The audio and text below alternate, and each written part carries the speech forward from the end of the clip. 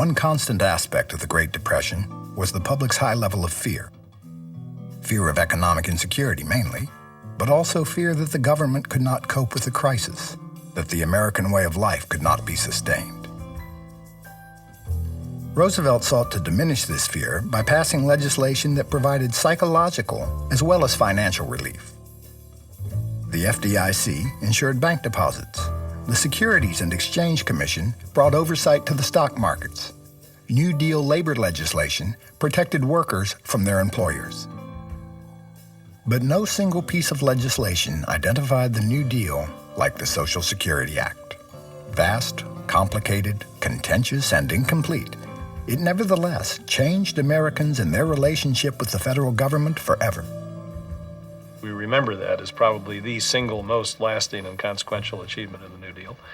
And its very title, Social Security Act, is a reminder of what the core agenda of the New Deal was, to make life more secure for more people. That is the alpha and the omega, it seems to me, of what the New Deal was all about. We can never insure 100% of the population against 100% of the hazards and vicissitudes of life, but we have tried to frame a law which will give some measure of protection to the average citizen and to his family against the loss of a job and against poverty-stricken old age. Social Security had to accomplish two real economic objectives: to make old age more secure and to protect against unemployment. Accepted today, it was radical at the time.